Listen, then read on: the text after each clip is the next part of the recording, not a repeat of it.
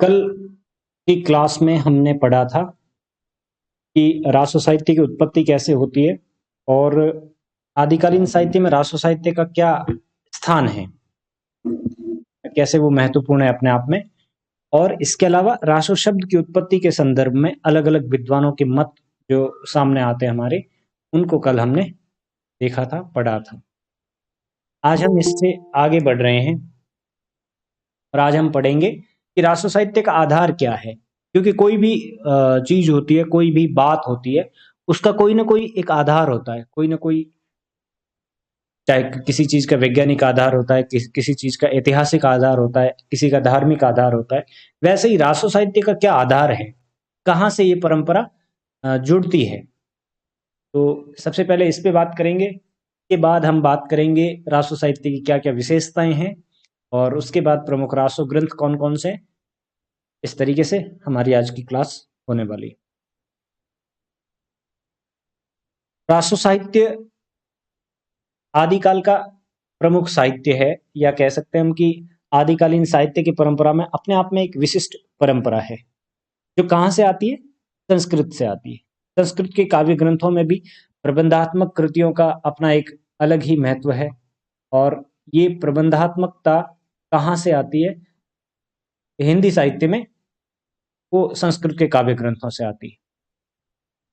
प्रबंधात्मकता में संस्कृत के काव्य ग्रंथों में भी बहुत सारे ऐसे ग्रंथ हैं, आपने देखे होंगे संस्कृत के कवियों के जो ग्रंथ है, जिसमें इतिवृत्तात्मकता का स्थान दिखाई देता है। इतिवृत्तात्मकता का प्रयोग कवि करते हैं। इतिवृत्तात्मकता का अर्थ क्या हो गया, कहानी प्लस इतिहास, कहानी और इतिहास दोनों का मिश्रण किया जाए तो वो इतिवृत्तात्मकता कहलाती है। इतिहास और कहानी का एक तरीके से सम्मेलन जिस रचना में दिखाई देता है, वो रचना इतिवृत्तात्मकता लिए हुए होती है।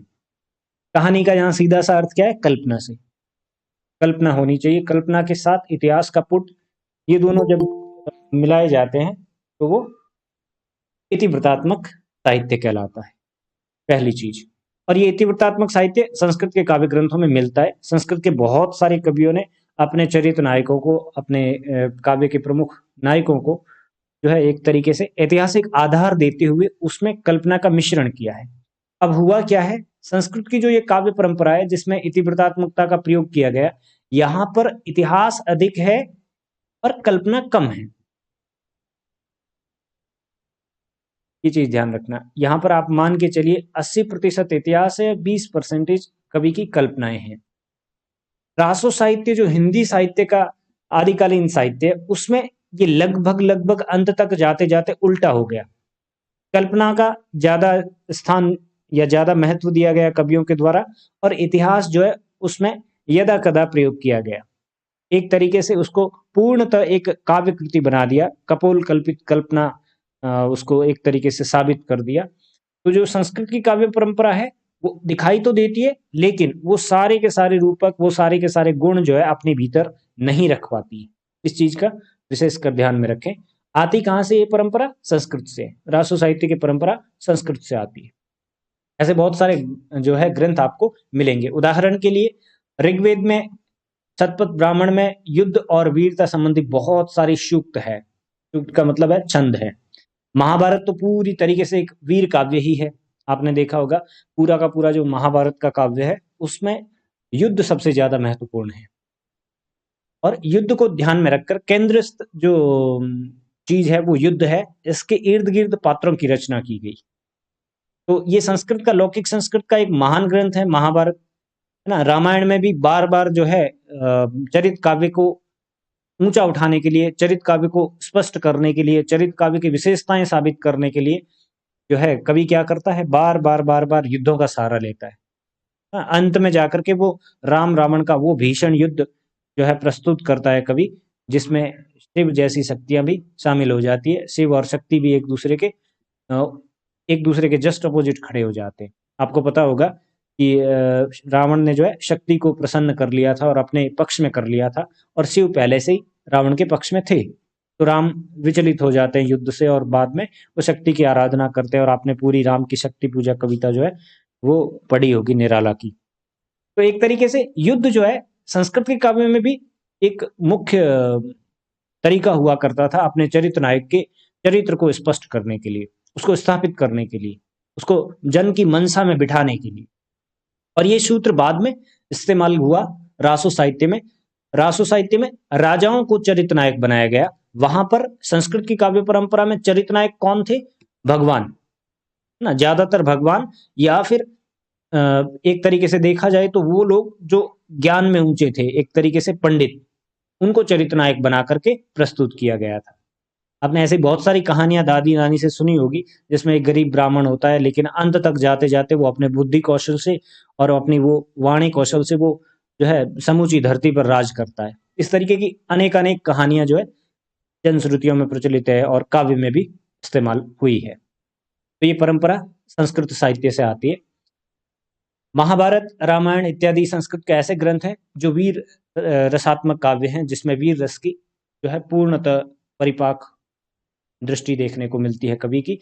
यहीं से सूत, मगध आदि, या मागध हो गया, मगध ही है ये, मगध आदि राजाओं की प्रशंसा का सूत्रपात हुआ, जो धीरे धीरे चल के सूत एक एक इलाका था वस्तुतः, जहां पर जो है एक तरीके से वे लोग रहते थे जो दलित कह सकते हैं आज की शब्दावली के संदर्भ में, जैसे कर्ण को सूत पुत्र कहा गया है ना।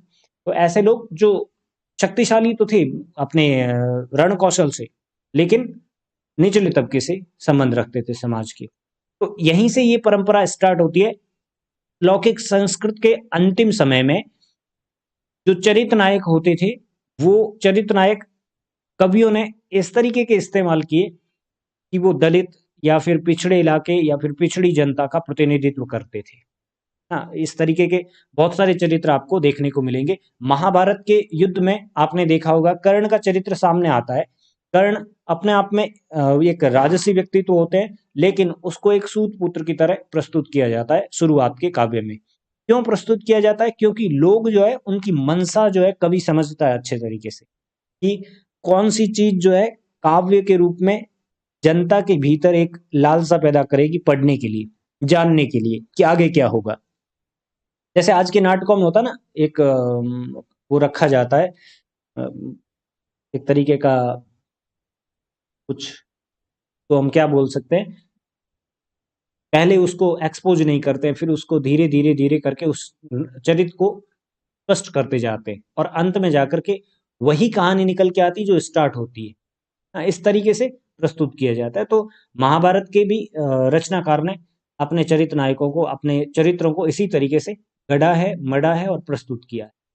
यही परंपरा राजाओं की प्रशंसा के रूप में आगे चलकर सूत्रपात होती है, जिसको इस्तेमाल करते हैं भाट, चारण और ढोली। इनके बारे में कल आपको बताया था। इनके द्वारा प्रस्तुत की जाती है, इस्तेमाल की जाती है, लेकिन ये काव्य परंपरा आगे चल करके अपनी अतिरंजिता को जो है प्राप्त कर लेती है। अतिरंजिता का अर्थ क्या है? बढ़ा चढ़ाकर वर्णन करना, अपने चरित्र काव्य को इतना ज्यादा हाईलाइट करने की कोशिश करना, या फिर अपने चरित्र नायक को इतना ज्यादा मॉडिफाई करने की कोशिश करना कि वो भगवान से भी ऊपर दिखने की, कई बार ऐसा लगता है कि वो भगवान से भी ऊपर है। आधुनिक काल में भी ये परंपरा देखने को मिलती है। कई ऐसे चरित्र नायक या कई ऐसे काव्य ग्रंथ लिखे गए हैं प्रबंधात्मक कृतियों के रूप में, जिसमें एक साधारण सा मनुष्य जो होता है वो इंद्र की पदवी प्राप्त कर लेता है। उदाहरण के लिए नहुष ना, तो वो एक साधारण व्यक्ति होते हुए भी इंद्र की पदवी या देवताओं को जो है देवताओं का राजा बनने की कोशिश करता है या बन जाता है काव्य में। तो एक तरीके से वो भी क्या है? अतिरंजिता ही है, इसके अलावा कुछ भी नहीं है।